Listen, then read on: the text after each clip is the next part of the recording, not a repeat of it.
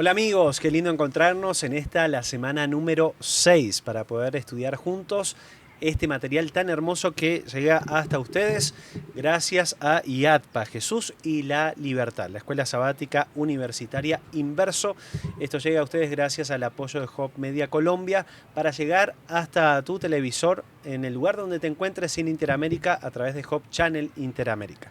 Estamos aquí un grupo de los capellanes de la Corporación Universitaria de Colombia para disfrutar juntos estas temáticas, así que bienvenidos. Estamos aquí como siempre con el Cape Cristian. Dani, es un gusto estar aquí una vez más para compartir con todos ustedes unas lindas enseñanzas de la palabra de Dios a través de esta linda guía de estudio Inverso, así que bienvenidos. Y hoy la temática que tenemos para compartir con ustedes es la coalición contra Cristo, y por eso está con nosotros el profesor Gustavo. Gustavo, bienvenido. Muchas gracias por esta invitación, Dani, Cristian. Es un placer poder acompañarles en este momento y en esta lección tan interesante como es Inverso para los jóvenes. Así es, cuéntanos en qué te desarrollas aquí en la Corporación Universitaria Adventista de Colombia. Bueno, me estoy desempeñando ahora como jefe de la Oficina de Asesoría Pedagógica y Curricular de la universidad, organizando algunos eventos de capacitación y orientación ahora para los maestros al inicio de este año escolar 2024.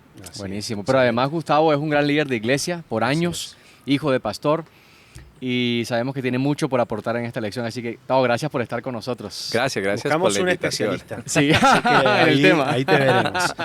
Bueno, ¿cómo puede ser que se una el Estado y la Iglesia contra Cristo? ¿Eso pasó realmente en la historia? ¿Podemos determinar que tal vez la muerte de Jesús fue una de las más injustas de toda la historia? Bueno, la lección y la historia nos muestra que efectivamente hubo una coalición allí entre la iglesia y el Estado, más porque al Estado se le vendió la idea de que Jesús era un revolucionario, ¿no? Así es. Que Jesús no quería que las personas pagaran un impuesto, que era un revolucionario con ideas, y lo último, que se declaraba el Mesías. Ahora, en esas tres argumentos, uno de esos era verdad. Claro. Que se declaraba el Mesías, era el claro, Mesías. totalmente. Pero en ningún momento Jesús estuvo en contra del Estado, en contra de las normas, en contra de lo que el imperio quería Nunca enseñó a manifestar. sus discípulos a estar en contra del Jamás, gobierno. ni nunca les dijo, somos un grupo aparte, una célula aparte de transformación para este mundo, y vamos a... No, eso jamás se presentó. Pero quienes sí conocían desde adentro la doctrina, digámoslo así, cristiana, pues sabían que ese hombre estaba revolucionando sí el cristianismo, y que eso como que no era. Así que lo mejor es que pues no tenemos la autoridad, pero si le vendemos una mala imagen ante el Estado, claro, el Estado sí tiene la autoridad. Ellos no tenían de el hacer juicio. poder para perseguir a Cristo y para hacer cosas que no les competían. Así que ellos dijeron, vamos a venderle esta idea al Estado para que nos apoyen. Tuvieron que ir a Pilato para eso. Es interesante porque tal vez le puede pasar, y bueno, en la historia hemos visto en lecciones anteriores, que a la misma iglesia cristiana le pasa, ¿no? Que primero era perseguido y luego se transformó en perseguidor de los que pensaban diferente. Y a los judíos también le pasa lo mismo. Ellos fueron muchas veces perseguidos, fueron esclavizados, y ahora tampoco ellos, que siempre anhelaron la libertad, ahora tampoco le dieron libertad a Cristo para que prediquen. En algún momento también dijeron, no, esta persona tiene que morir, ¿no? Y como nosotros no lo podemos matar, bueno, el poder romano, el imperio romano sí tiene... A quien sí puede hacerlo, pues. Ahora, pongámonos un poquito en la piel de Pilato, ¿no? O sea, él actuó bien desde su trabajo, desde su conciencia, usó su autoridad de la manera correcta, se priorizó sus sueños políticos. ¿Cómo le fue después? A ver, hablemos un poquito de él, de este personaje tan interesante. Sí.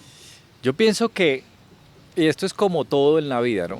Si a ti te venden una imagen de una persona, tú tienes la autoridad de tomar decisiones, pero si te venden la imagen de una persona como alguien que en realidad está afectando ese lugar donde tú tienes que tomar decisiones, pues tú empiezas como a pensar, ¿qué está pasando, no? Ahora, si viene un grupo de personas más influyentes de un sector y te dicen, mire, está ocurriendo esto, es un alborotador, es esto, y te exageran, y pues tú terminas acusando y poniéndote de parte de la persona víctima. Ahora,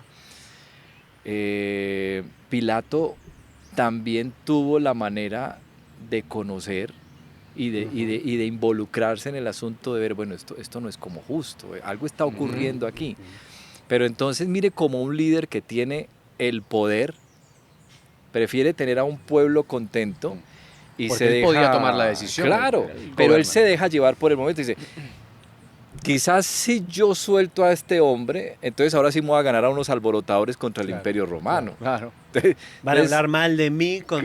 claro, y entonces voy a quedar mal, es posible que pierda mi puesto, es posible que quede aquí mal con mis compañeros de gobierno. Porque entendemos que la multitud de personas que estaba allí, oye, eso era un alboroto. Sí. O sea, Sí. eso no era un par Y- de personas allí. Y también cuando uno mira la historia de Pilato, a mí hay un libro que me encantaba que se llamaba así, Pilato, la historia de un hombre inventado, ¿no? No porque no existiera ese hombre en la historia, sino porque era una forma de ver la historia de él de manera muy interesante y decían así, ¿no? Él tuvo un primer problema con los judíos que tenía que ver con que él dijo, bueno, yo quiero que realmente el Imperio Romano se vea aquí en Jerusalén, ¿no? Y lo hizo con la buena intención, ¿no? Para que cuando vengan sus líderes digan, uy, qué bien que está teniendo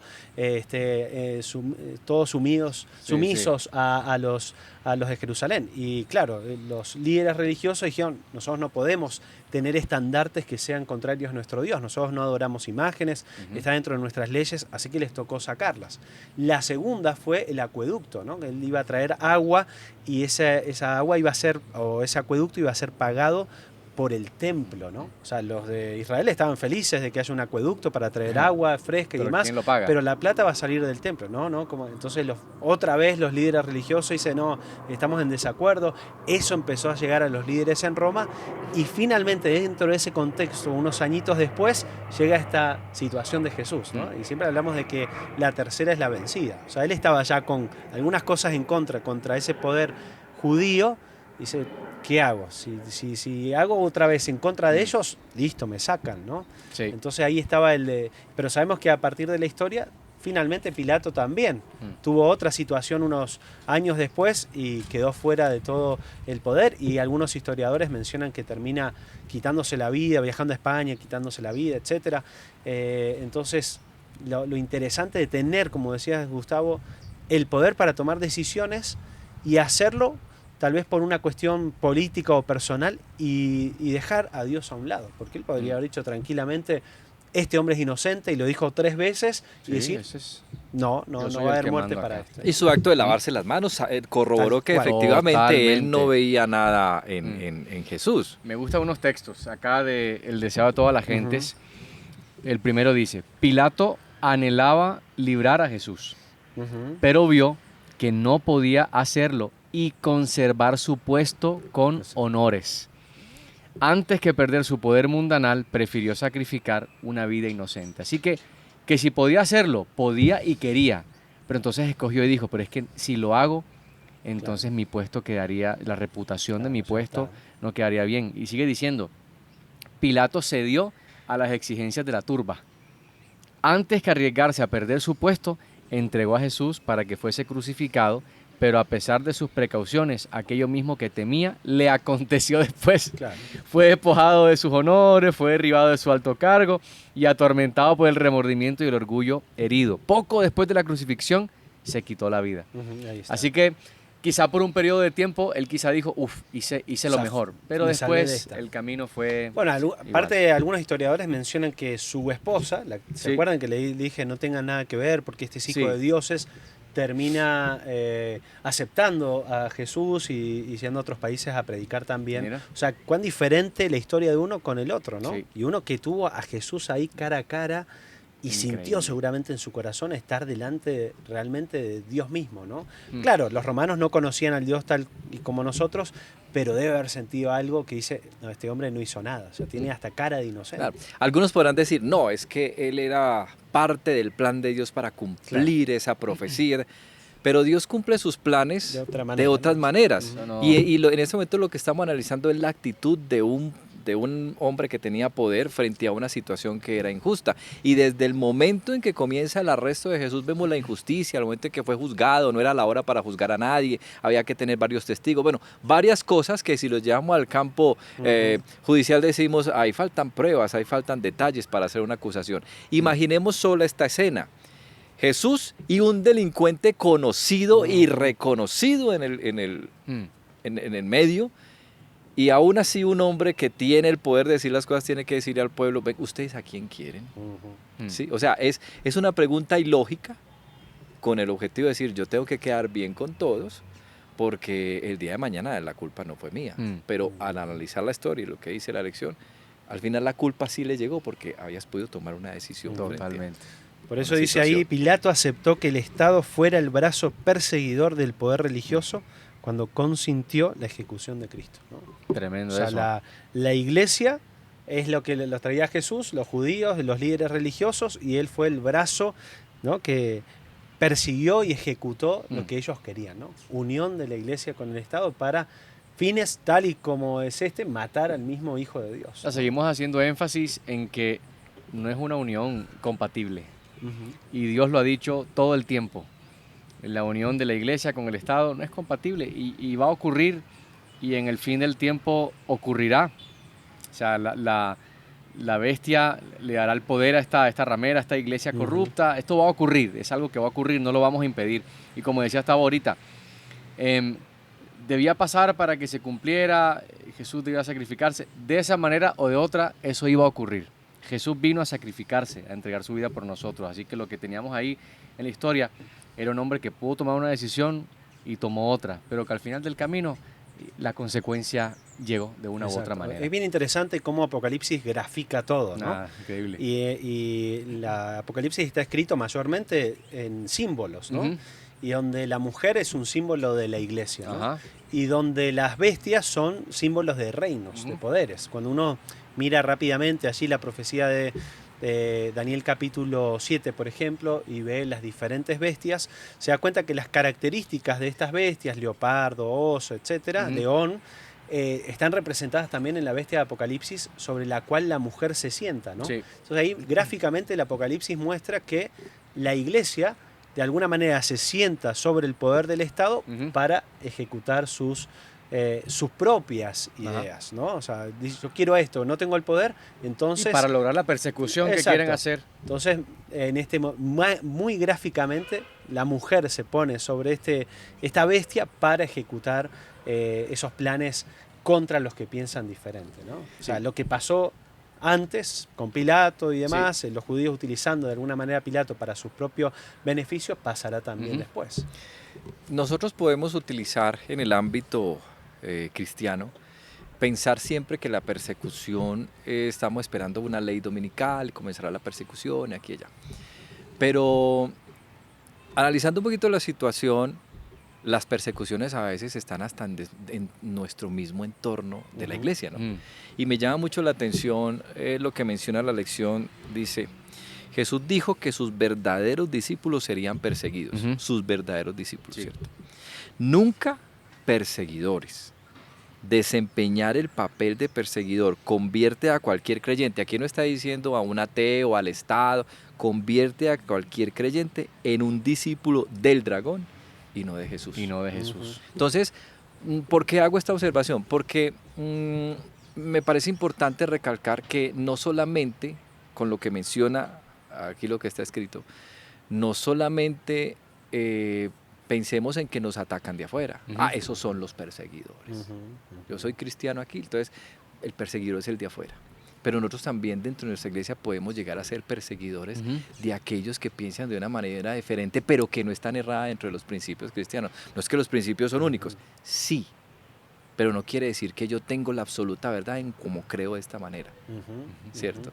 Porque si nosotros vemos la vida de Jesús, en la vida de Jesús encontramos muchas personas que desearon acercarse a Jesús y se acercaron a Jesús y fueron restauradas y perdonadas de Jesús, pero no precisamente fueron los más destacados en la iglesia del momento, ¿no? O sea que, en definitiva, el creyente no debe ser un perseguidor ni en el contexto profético, ni tampoco en nuestros contextos de iglesia, local, en nuestros pequeños contextos y situaciones en las que nos encontramos. No debemos ser perseguidores de nadie. O sea, la tarea del creyente no es perseguir. Además, al creyente lo perseguirán. Exacto. Eso es lo que está diciendo. Al creyente más bien será perseguido antes de ser un perseguidor. Y hay un ejemplo en la Biblia. Exacto. Hay un ejemplo de Pablo, Saulo, que él era un perseguidor y pasó de ser perseguidor a ser perseguido realmente. Y él ejecutó cuántas sentencias. La Biblia ni siquiera habla de todas, pero imagino cuántas personas echó a la cárcel, cuántas personas sufrieron a causa del poder y el liderazgo que él ejercía para poder hacer la labor que él hacía de perseguidor. Pero cuando Jesús alcanza a Saulo, lo rescata, lo redime, entonces ahora ya él se convierte en un perseguido, ya no persigue más. Eso es un lindo ejemplo para que nosotros como creyentes tengamos muy claro que nuestro trabajo, nuestra tarea no es perseguir, no podemos participar de ser los perseguidores de otra persona. Claro, por eso acá dice, de todas las personas en el mundo, los cristianos son los que debemos protestar con mayor vehemencia contra los principios y los errores que resultaron en el acto de llevar a Jesús a la cruz. O sea, nosotros podríamos de alguna manera protestar, sin embargo no somos llamados a ser perseguidores, sino de alguna manera nos van a perseguir en todo momento. Ahora, interesante porque Pablo cambió su naturaleza, ¿no? Sí. Porque el perseguidor, el que ya está, dice, esta es la forma de erradicar lo que yo creo, él podría transformarse en cristiano y ahora decir, tenemos que perseguir a los judíos, claro, porque ellos son los que están en el error, ¿no? Pero dejó de hacerlo, ¿no? O sea, totalmente. dijo, no, yo no voy a perseguir porque no es esa la forma, sino con amor, la predicación, llevar a convencerlos de que realmente su doctrina está errada, ¿no? Sí, ahora total. ya estoy iluminado, ahora tengo entonces la autoridad del cielo para perseguir a todo el que se porte mal en la iglesia. No, vemos que ese no es como el objetivo.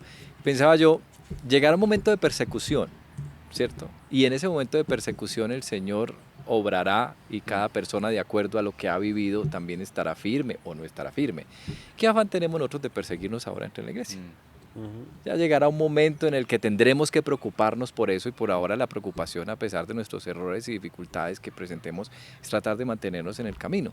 Pablo tiene una experiencia muy dura, y ni modo de decir que Pablo no conocía o Saulo no conocía de Dios, porque él sí conocía a su manera y perseguía a su manera y comprendía a su manera. Defendía lo que él creía, ¿no? Y nosotros vemos a lo largo de la historia bíblica que Jesús se acercó, que los discípulos se acercaban a las personas que estaban en error. Y bueno, pero es que Saulo era un hombre tan especial que Dios no podía mandar a nadie, sino que tenía que venir él mismo a hacer esa corrección. Oye, mira, es que soy yo. Y de hecho le dice, hey, soy yo a quien tú persigues. No le mandó a decirle, estás persiguiendo a Jesús. No, porque él creía que estaba haciendo las cosas bien. Pues llega una voz superior que dice, oye, soy yo. Y es ahí donde ocurre toda esa transformación. Y ahí está el tema de la iglesia, ¿no? Porque uno dice, bueno, lo aceptaron fácil, que te convertiste, ¿no? Qué bueno, felicitaciones. Tenían miedo. O sea, y mirá si él nos está haciendo pasar por cristiano para matarnos y conocerlo de adentro. Claro. Pero aquellos que creen en el poder transformador de Jesús, lo tendrían que haber aceptado sí o sí. Totalmente. Dice, ¿te encontraste con Jesús? Sí. Y esta es mi forma de proceder. Y de repente se transforma en líder de aquellos que él perseguía, ¿no? O sea, para la iglesia en ese tiempo no era fácil poner como líder a alguien que los venía a matar a ellos, ¿no? No. Pero entendían la transformación de Jesús por este cambio de conducta en la vida de él, ¿no? No, totalmente. Lo de Saulo es algo maravilloso. O sea, la lección que podemos aprender de la experiencia de Saulo es increíble. Pasó el tiempo y las personas se dieron cuenta de que el cambio había sido real. Al comienzo, oye, ¿será verdad? ¿Será una estrategia? ¿Será que este vino realmente fue por nosotros? Y se está haciendo pasar por cristiano y Pablo seguía en lo suyo y la gente dijo, no. Y además después dice, apóstol de Jesucristo. Claro.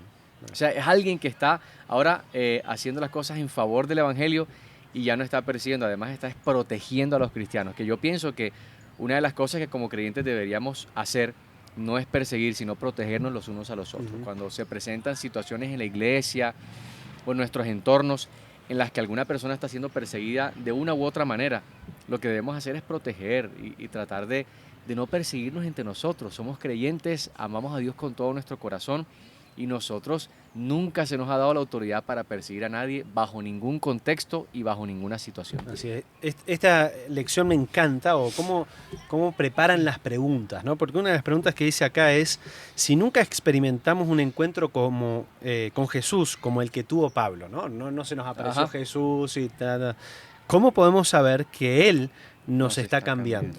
¿Cómo podemos evitar estancarnos en nuestra relación con Él? Tremendo. ¿No? O sea, ¿qué evidencias podemos mostrar que fuimos transformados? ¿No? que fueron las que vieron esos cristianos para decir, no, realmente él está ahora en nuestro equipo y no es una estrategia para meterse y destruirnos desde adentro, ¿no? El ser cristiano y el tener una transformación es un caminar diario con Jesús, ¿cierto? El hecho de que nosotros caminemos diariamente con Jesús no quiere decir que no nos vayamos a equivocar en la vida. De hecho, frente al que mencionaba Cristian ahora, no nos persigamos entre nosotros, ¿cierto? ¿Por qué razón? Porque cada uno de nosotros tiene luchas diferentes. Y a lo mejor lo que para mí es fácil, para ti no, ¿cierto? Hay una frase que dice, no me juzgues porque tú pecas diferente a mí. Cada uno de nosotros cometemos errores. Y una de las cosas que a mí me gusta mucho de Pablo es que aunque fue un hombre tan erudito en las Sagradas Escrituras, que tuvo una transformación genuina, él nunca se dedicó a decirle a la gente, ahora yo tengo la autoridad de juzgarte, criticarte y afectarte y perseguirte. Y la lección menciona, si tenemos una verdadera comprensión de la cruz y un encuentro genuino con Cristo, experimentaremos el tipo de conversión definitiva de Pablo. ¿Sí? Obviamente, estamos en ese proceso de caminar, somos santos en construcción. Hay un libro que dice Peligro, santos en construcción, y es bien interesante. Pero eso no quiere decir tampoco que como soy un santo de construcción, entonces peco y rezo y empato. No, eso es, ¿sí? Pero sí tenemos que estar nosotros constantemente en comprender que yo debo de caminar cada día para una transformación genuina en mi vida, que me permita alcanzar, pues entre comillas, una perfección ante los ojos de Dios, que obviamente no la alcanzaremos hasta que no estemos con Él, pero por lo menos caminar en esa dirección. Así es. Bueno, para terminar hay una cita muy interesante en la página 77 que dice, Dios podría haber destruido a Satanás y a los que simpatizaban con él tan fácilmente como nosotros podemos arrojar una piedrecita al suelo, pero no lo hizo. La rebelión no se iba a vencer por la fuerza. Solo el gobierno satánico recurre al poder compulsorio. Los principios del Señor no son de este orden.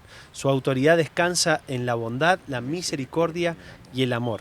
Y la presentación de estos principios es el medio que quiere emplear. El gobierno de Dios es moral y la verdad y el amor han de ser la fuerza que los haga prevalecer. Lindo ese cierre. ¿No? Ese es el cambio de Pablo, ¿no?